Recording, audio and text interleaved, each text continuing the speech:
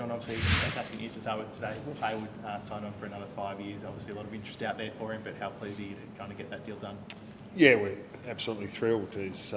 We're always confident, but until you actually get the deal done, you're not 100% certain. So, it's fantastic for the football club. We're thrilled to have a quality player like him commit for the next 5 years, but also not only as a player, but importantly as a person. He's a really high quality person, and from the moment that he and Ollie were drafted and we had them in the club that night, the draft was up here, to see them come into the club as 18-year-olds and see them both commit longer term now is one of the real thrills as a coach to see that, and to have his football this year has been fantastic. Will, his pressure, what he does off the ball is as important as what he does at the ball and what people see at home. So he's a highly valued member of our footy club on and off the field, so we're absolutely thrilled. He's probably had his most consistent start to a year this year, leading the goal kicking as well for the club. I mean, we see that he's got that versatility in terms of being able to kind of play small and tall, but have you seen that go on to another level this year as well? Yeah, we've altered his role slightly, but his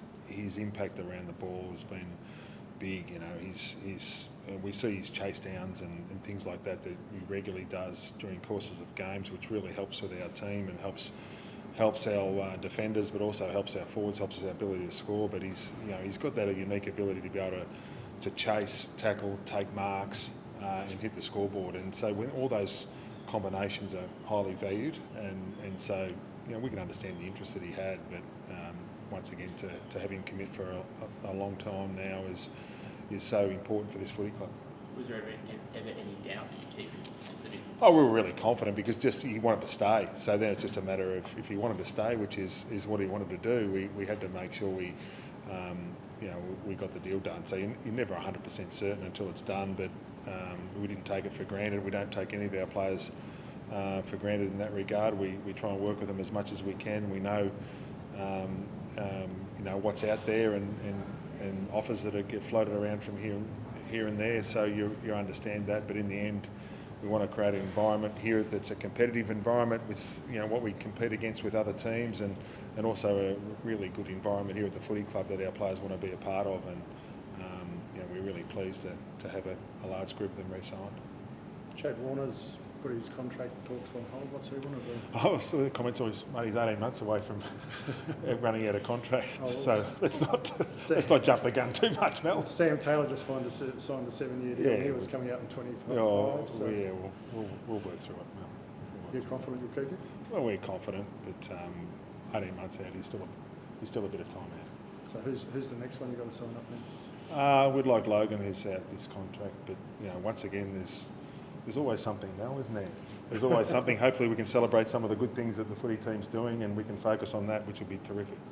What does it mean that you've got all these guys not only signing on, but signing kind of long-term deals for 5+ years, because you obviously had Errol and Brower here as well earlier this year, that these young guys are all really buying into kind of what the club's building at the moment? Well, yeah, it's important, and we've had a large group of them that we drafted and have come through together and are playing a lot of football together, and we invested heavily in them. Early days we went through a couple of seasons where we didn't make the finals, and then we went into COVID, and during that time we were trying to build the next generation of players to come through and hopefully be consistent AFL senior players for us and be good and high quality players. And so we've tried to do that over a period of time.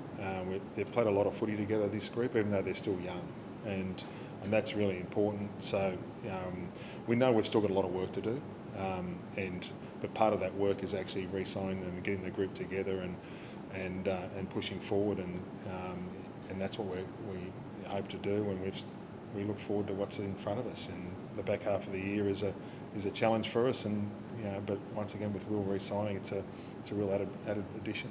How are the boys feeling after the bye? Obviously comes after a busy start to the year, but anyone close to potentially returning this weekend as well? Yeah, we'd expect Tommy McCartan to come back in the team. So he would have probably played if the game, the Bulldogs game, was on a weekend, rather than a Thursday night. So he was a little bit short in his prep for that, but he's been training the last couple of weeks, so we expect him to come in and be available this week, which is terrific.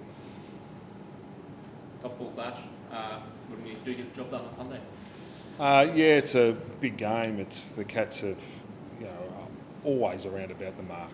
To their credit, they've got a wonderful organisation that are competitive every year, and they're competitive again. You know, they've introduced some younger players to their team that are playing key roles. They might get a couple of really senior quality players back this week, and that challenge is always going to be there. They've got some superstars all over the ground in their forward line, a couple of quality A-grade key position players, and then all Australian type small. So they're and we know what their backline's about. They're really sound behind the ball. So they're a really well coached, well led footy club with quality players all over the park. And we look forward to those challenges against here, and what we hope is a big crowd here on Sunday. And we're looking forward to plenty of red and white.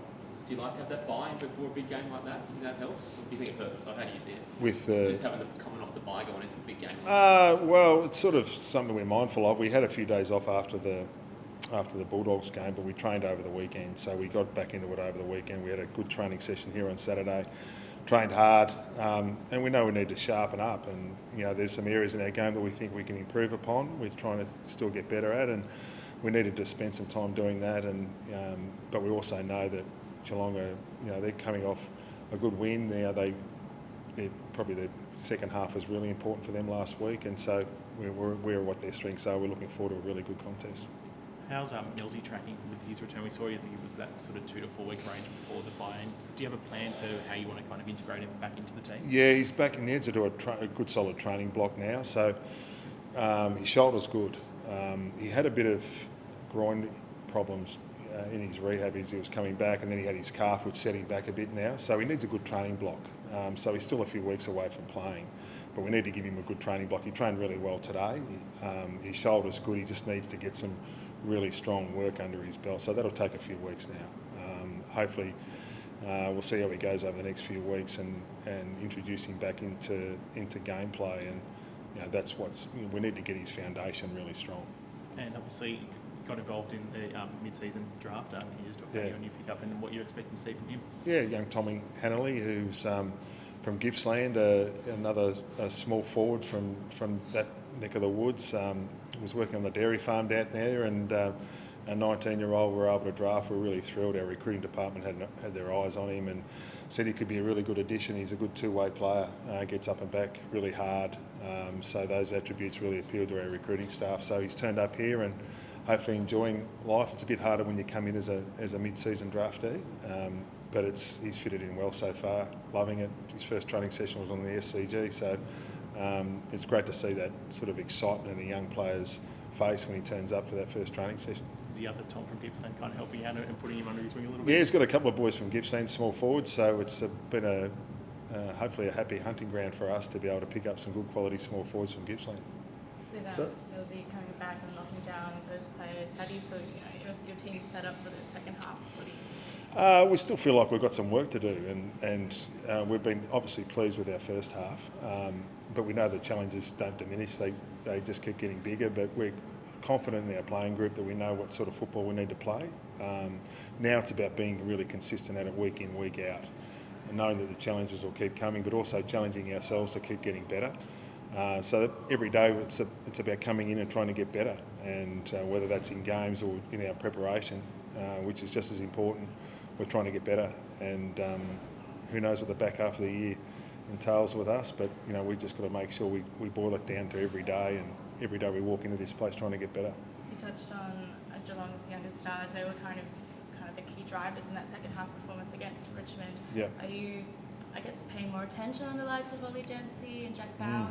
Yeah, I mean they're good. They've been playing really good footy, and that footy club has shown the ability to be able to keep evolving, and we're certainly watching them, and we're aware of them. It's we're also making sure we get that balance right between looking at what they do well and making sure we keep doing what we do well. It's always a balancing act, but identifying some of the strengths of the opposition is a really key component of what we do. Origin time of year. It's obviously a big time of year in Sydney. Do you and your guys take much notice of Origin? Absolutely. I was born in New South Wales. So River Raiders not really New South Wales. Well, it is. Last time I looked, it's New South Wales. I was born in Deniliquin. Well, there you go. There you go. You're New South Wales. You follow New South Wales or Queensland. Yeah, there you go. So we're New South Wales. So absolutely, I love it. I love State of Origin time. So I watch it really intently. I'll be sitting there with my sky blue jumper on tomorrow night watching the game, and it's one of the great events in this city, so I really enjoy it. So do the guys sort of take much interest or much notice? Oh yeah, they do. Absolutely, they do. It's hard not to, isn't it? It's big, but I mean the things. We've been fortunate enough and to know a number of the boys that play, and different coaches that have come and gone over the years, and it's great to be able to see. I know Michael Maguire, so to be able to see that and see their preparation, what they go through, and see how you can always learn, and how they do that to their big games is really fascinating, and I think it's a great thing to be able to watch. Are you going to be watching and kind of pulling anything from the Origin game that you might apply to your side? Yeah, there's always something you can get out of it, and whether it's a storyline or a technical part of the game that you can draw upon, but there's always something, and I sit there and watch it every year, and fascinated by some of the storylines that come out of it. So there's always something you can get out of it. Yeah. Is there anything in particular that you talk about, a bit of improvements that you're looking at? Is there anything in particular that you've got your eyes on? No, you don't normally let it sort of evolve. It sort of things come out of it, different messages come out of it naturally, and whether that's State of Origin or any sport, you sort of got your eyes open all the time looking for something. But sometimes those things just present themselves if you can look too hard, and sometimes you can try and sort of talk yourself into something. But what normally evolves is something to come out of it in any sporting event. We've got a lot of boys that love soccer, for instance. There's something to come out of that all the time. So it's fascinating. Really looking forward to it. Sit there with my hot dog and socks on and my sky blue jumper. Just quickly, how's Foxy tracking as well with his shoulder? Yeah, Foxy's going okay. He won't be available this week, but he trained this morning. He's not quite ready for contact, so he might be a couple of weeks. So just wondered, again, back on the Origin, have you ever had any league players or coaches come in and work on tackling or any sort of... Over the years we have, yeah, absolutely. Yeah. We've had, over the years, we've had different coaches that work, say, with the Roosters and different things. There's a lot of things that are relevant. There's a lot of things that aren't, being a 180 game versus a 360 game. So there's some things that aren't as relevant, but there's always something. Yeah. And so we've been able to do that over the years, and we feel like there's always something you can learn from. And obviously living here for so long, you can't help but take note of what happens in other sports.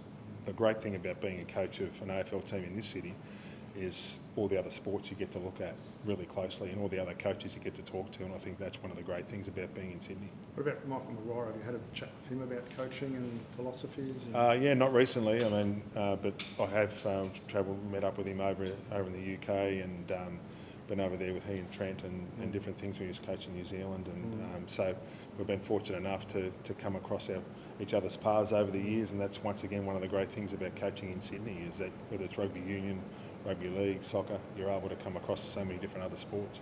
So what struck you about him? Just how competitive he is. Yeah.